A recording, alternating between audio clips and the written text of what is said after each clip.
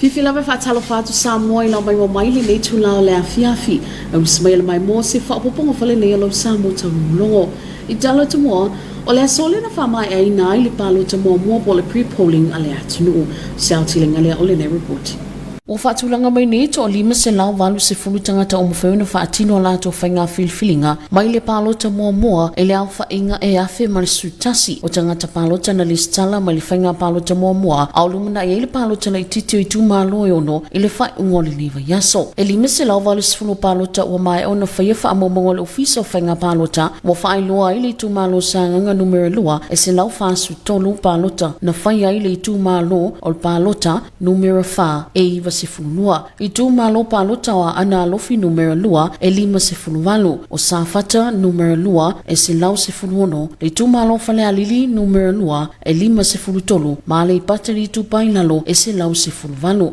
O palota mo muopo le pre-polling e mo tangata whainga alwinga e le aso le palota tele whaapea palota la iti. O tangata matatua e whainga taa o na whaatani se umio to o tele o ila tau. E anga I whaia palota I le aso o noni whainga palota tele mo palota la iti. Whapea fo ina tau e ngasi mai ia afianga mamana o whapitoa e anga waa fo ile mo tangata malanga SM Samoa e le vai aso tonu le whai ese whainga filifilinga e sa ile se suyusu fono le pale mene. O lo manino mai lava leo whaingo ila tau ua mai o na whainga filifilinga po le palota moa e whaase lau tonu sutasi e le ianga e whaatino ala tau palota ma ua whaalia le komsino whainga palota le afionga ia whai malo mtu mua Matthew Limsio e ma whai lava ile aso wharaile e whai palota la iti o nga iloni o ila to e whaatino ala to palota e whaunga ina I whane palota whapitoa Christine Mateo mo Samoa Taulogologo.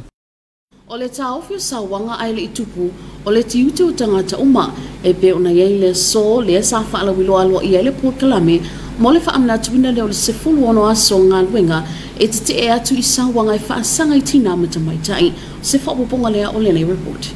Tau sangata itasi whaatau tai alam tanga luengo tina matamaitai le whaamna tuino le Port Kalame e alai le filifili o le aso se fulu ono e whaatanga waina I ngā luenga mga ioinga e te e atu sawanga I whaasanga I tina matamaitai o loalia e mai pea I te tonu a inga manise o afio anga na amatalia le nei whaamoe moisa sauni ngā lotu na taitai e le sunga le whaafengenga ya le tau lau pisa lili. O le pese sirisili e Solomona Ia songi mai ia te au I songi o lona fonga. Wa sili o na lelei o lo whapele pele mai le waina. O le nanamu o u lelei wa veai lo suafa e pe o le u le lingina. Le mele ua mana na o ai tau pau ia te oe. Ia e to sina atu o au mātou te tau fituli ma muli atu ia te oe. O taita ina o au ele tupu I ona potu. Mātou te fia ma oli ia te oe. E tele lo mātou manatu natu I lo whapele mai. Ai titi le waina. Wa mana na o tangata ami o tonu ia te oe. Whamanuia mai le tua. Whaita wina o na fiong pa ia.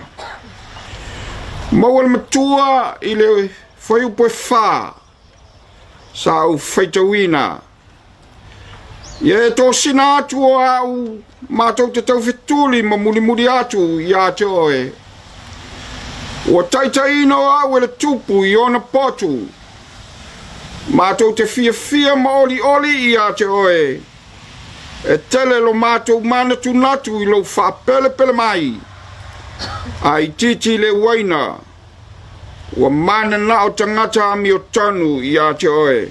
Au tu o mawhauwhaunga o le nei sauninga. O le alofa o le atua. The God's love. O le alofa o le atua. Au ngatau sili leo mawhauwhaunga whale nganga. O le maftanga te talo le whakasa mo le nei vai aso. O lo whamawhaina mai, e lana tusi au leo ma le whasinonga o te talo lo au mai ai. Ina I o tātou te talo pēa I le atua. Ia whatu mawina lo nā lofa ia I tātou o lana whanau. Ele whātau no uina I lau lea Paul Kalami Samoa nei, e alaili la e ina lea, le lanu mole le mtanga luenga le malo I le so, mana paanga, a wale whaai loa leo le latu langulang sua, ele Paul Kalami le una ia le mtanga luenga tina matamaitai, a tina e o afio anga manga so tai mana paanga. Sauno le afio ngai le minister le mtanga luenga, e lana sauno anga au tu o lea Paul Kalami, o se Paul Kalami whaavao malo. O le whātinonga o le nei whamoe le nei aso. Na fua le lei ina ia fa manatu mai ai tātou uma le lu I tau o lo whea ngai mai tātou o le sawa ina lea o tinam ta mai tai o se whea au o lo afi mai ai le nei fa manatu o le fa muta loa o so se sawanga ai mai se lava I tinam ta mai tai I tonu o tātou a inga nuu ma le tātou watu nuu o se whamalo si au mo I tātou ina ia tātou au whatasi mangalu lue e tineia le nei whawhita auli wa fia ai le sio manga o sio tātou atanu wa le peti ai le saunga le mu ma le soifua manuia o tangata sio tātou atanu. Ele si itia yu sawanga whaasanga tina matamaitai lolangi atoa o le isi leo vaengolo ave yele whaamamafa a le whaan la putuputongo le malo au whaatasi ai maise le malo Samoa na tā ua yele minister e whaapea. Le leo pose li lo le tele o tau mawhainga mga luenga o lo whaatino e vaenga ese o le tātou atunu ma le malo e tui titi ai le nei whawhita auli ai peitai o lo whaatupu lia pea ma e tele mori mau wa aia wala ngā tau ai ai tātou o na tātou tu whatas ma ilo ma le tatoa ni awala e tinei ai le nei tu ngā wa matua o ia ai le sio manga o tātou a inga ma lalawhanga o le whamamafa o le sfulu ono aso le nei tau sanga e whaapea whaalanu mori lalulangi tau fia sa wanga whaasanga I tinam ta mai tai Samoa ta ofi nei loa o le lanu moli wa avea malanu o so whaatasi ai le lalolangi e whaailo ai tau mawhainga e tau fia ai sa wanga I so si tangata I le lalolangi o le lanu o le whaaolotanga mai puapua ngā mawhainga tā o le lanu e whaailo mai o loo iai se wha moe mo se lumana I manuia pe a tau fia ai sa wanga sa moai ta ofi nei lo sa wanga. Christine Mateo mo Samoa Taulogologo. O le aso na nafi lena te talaloa I ai le fale mo le soka ino o tau talafua ai a le asuse le shrama le ana whaatupe ina le malo Japani sau te linga le o le ne report. E le te talaloa I ai o le nei fale o ta o le Samoa Recycling Waste Management Association o le nei poloketi lo whaatupeina e ala se sosoani na tui nātu le lalo o se poloketi na whaatupeina le malo Japani Samoa nei po le Grassroots Human Security Project po le GGP e o atu se lau iwa se fulu afe se lau lua se fulu tonu. Le ausi ai le nei asosia le toi whaunga ina lea ai le ngata I lewa tu motula I te le Pasifika le tulanga le whaatu ina lea I le tausanga lua afe se fulu fitu o le asoana lafi lani le whaatu te isa sauninga whaapitoa e ala le ili te tala loa I aina ayo le nei fale mo le whaunga ina le toi soka ina o ta o tala fuai. O le whaatupe ino le nei poloketi a ngalue whaatasi ai I nisi to mai whaapitoa e pe ona ta ua mai le nei poloketi o lo ofisosoani ai foi I a nisi mta ngalue ngale malo e pe o le sprep ai le ngata I leo o nisi foi o whaala putuputonga o lo ngalue whaatasi I le whaatino ina lea e alai le nei poloketi. Christine Mateo mo Samoa Taulogologo. O le asole na whamai ai na le funatanga mo le Pasifika matangu fie le sa tau la mua le po kalame whaitulang le Pasifika o lo I Samoa nei se whapoponga lea o le nei report. O le asole na whamai ai na le funatanga luna tolu mo le whalawai tele ina lea o awala o le malu pui le sisi o manga le Pasifika mai o tawata la fuai le tele o na whaaleanga ina le ea. Mo le sila fiu se tasi le o vaengolo o na ia pea le ofisa mo po kalame whaitulang le Pasifika po le sprep e pe ona iei niso ngalwenga whaatino o lo whaatino ina te tono Samoa whaalia mai se pepo whaamatalanga le ofisa ta awai le sunga ya kosi la tu le whaatunu sili al po kalame whaitulangi o nisi o po kalame le ofisa tangata o lo whaanga solo e peo na iei niso ngā luenga o lo whaatinoina e aloma whanau le oro o fufu atu le lato o onanga i le ao ina mai o sosi tu ainga la pisi mo tota i tala whātai o pia ma niso vaengo le sisi o manga o le atunuu. Ma o le ala lea o le tāwai o le neifunu tanga e peo na amatalia le aso se fulu ono le masina nei a nga i le aso lua se fulu lima le ono tau la moa le ofiso po kalame whaitulangi po le sprep i le whaatau nuina le o le po kalame whaonga i nai fiso o ta inga whaanei o na po. O le whamoe moe le funu tanga ina i au na i ele ngā lue whaatasi o atunu te itasi ai mai se le whaatino ino a wala whaanei o na po mo le whalawa i te le ina le o le whaatupa ino po le kalame mo le atina ino me tatia mo le whaatu mawina o le Pasifika i lona siusi o manga mama. Christine Mateo mo Samoa Taulogologo. Se vai ngala tamai ni wingo le tau mo le pone ma le aso tai au. I toi whaatala whatu Samoa la mai moanga le nei tula le fiafi alo mai as whapoponga masani fo le nei o lau talo le tau. Painga lata satelite se vai ngā wao me se vai ngā peo mamau le ea lo ofiti ai le tunuu. Ata whaafanu le tau se vai ngā vai o peo mamau le ea wata oto nei sauti o Samoa mai a fia iau ma te muini so taini. Talo le tau mo lo whanua le pōna nei ea wao ni so vaenga ma te mata apisolo ai mai ono feololo le mamafafa pena William Faititili. Mo le sfarele o le ai nei te mui taimi le tai au. Mo o ngasami po nei male so tai au o ngasami matu o savila le waitu e lawa ngā anta polo so 5 kilomita le tula o ngalu tasitis ma 5 mita. O ngasami sautu o savila le waitu e lawa ngā anta polo so 5 kilomita le tula le po nei ai 2 kilomita le tula male so tai au o ngalu tasitis ma 5 mita. Tala tayo la pele ele maltai faminu tete e 5 vaveao so tu malusu faminu tete e sumatasi. Pele ele 10 minu tete e 5 la fiafi on tu so tu ilo tailo sulwalo minu tete e sumatasi po. Ola so ela tayo tu 10 minu tele ono fa mamango toifo tailo sutasi minu tel fitu la fiafi. Oso mi potile na tau Samoa le ni fiafi session fa poponga le so tayo. Manuel Poto fa soifo. O le faisi na malo no pupu mo whaasalong whaapisinisi. Ona tūtili mai lea molinga ngana wha Peritania. You're at TV2 News. We'll be right back after the sugar break.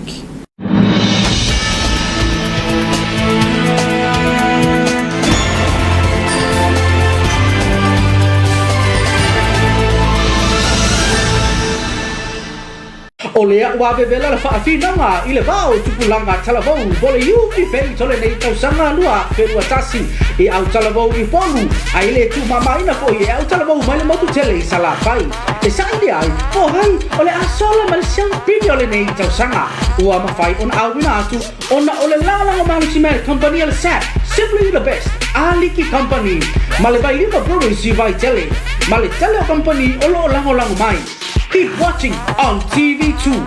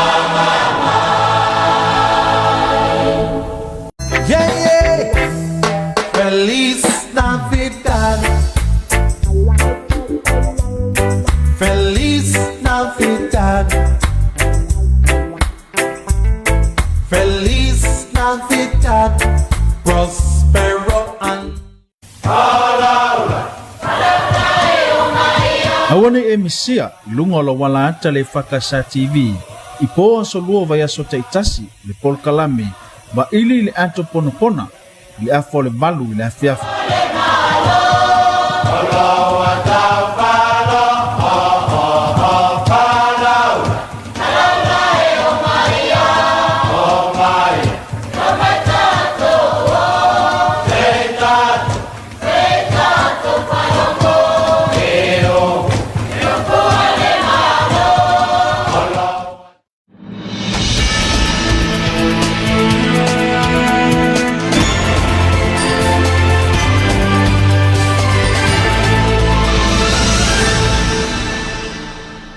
Greetings and Taulogologo, welcome back for English Bulletin for this evening.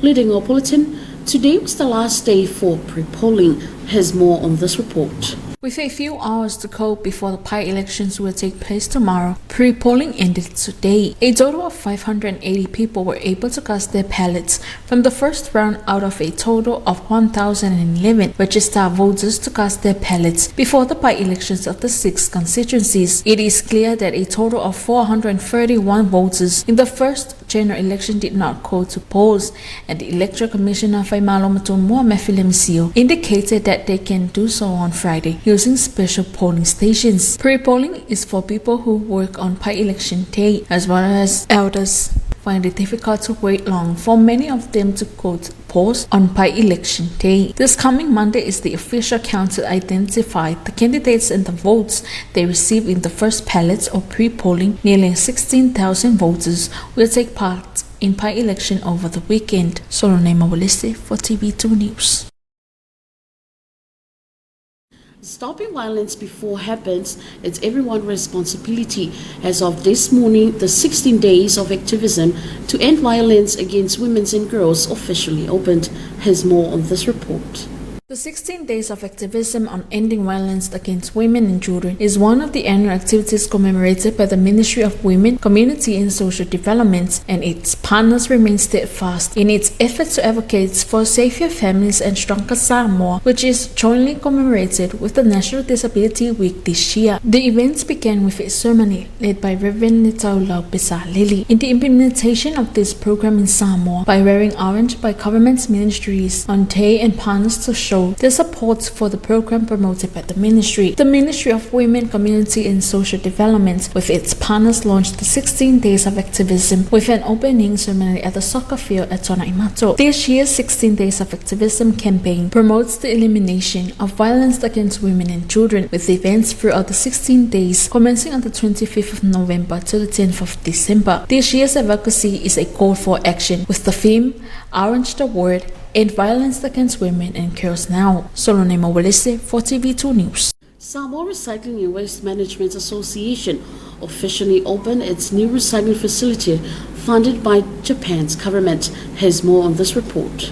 With a few hours to go before the elections will take place tomorrow, pre-polling ended today. A total of 580 people were able to cast their ballots from the first round out of a total of 1,011 registered voters to cast their ballots before the elections of the 6 constituencies. It is clear that a total of 431 voters in the first general election did not go to polls, and the Electoral Commissioner Faamisionare indicated that they can do so on Friday using special polling stations. Pre-polling is for people who work on election day, as well as elders find it difficult to wait long for many of them to go to polls on election day. This coming Monday is the official count to identify the candidates and the votes they receive in the first ballots or pre-polling. Nearly 16,000 voters will take part in election over the weekend. Solonema Walese for TV2 News.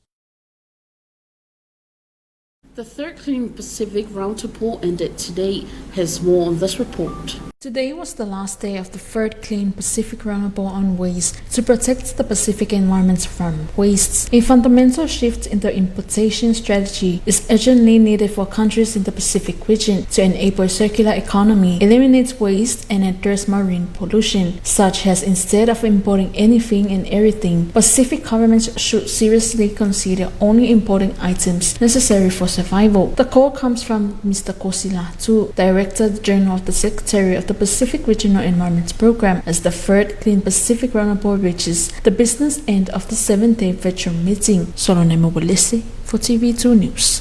And here's your weather forecast for tonight and tomorrow. Good evening once again, Samoa. Here's another edition of your weather bulletin for this Thursday evening. Satellite loop indicates a cloud band from a weak trough of low pressure affecting the islands. From our weather map, a weak trough of low pressure now lies to the south of Samoa with associated clouds and showers. Forecast for tonight, cloudy periods with scattered showers, moderate force and few thunderstorms possible. And for Friday, some morning showers. Marine forecast for tonight and tomorrow, northern marine waters, northeast-west winds of 15 to 25 km per hour, waves of 1.5 to 2 meters. Southern seas, northeast to east winds of 15 to 20 kilometers per hour for tonight, and 20 to 30 kilometers per hour for tomorrow. Waves of 1.5 to 2 meters. And the tide table, low tide will be at 4 minutes past 5 early morning, high tide at 24 minutes past 11 tomorrow morning, low tide at 12 minutes past 5 in the evening, and high tide again at 28 minutes past 11 at night. Sun will rise tomorrow at 12 more minutes to 6 in the morning and will set at 21 minutes to 7 in the evening. And that is all we have for you this evening, Samoa. Until tomorrow, good night. And that is the end of your TV2 News for this evening. Thank you so much for joining us. Until then, good night.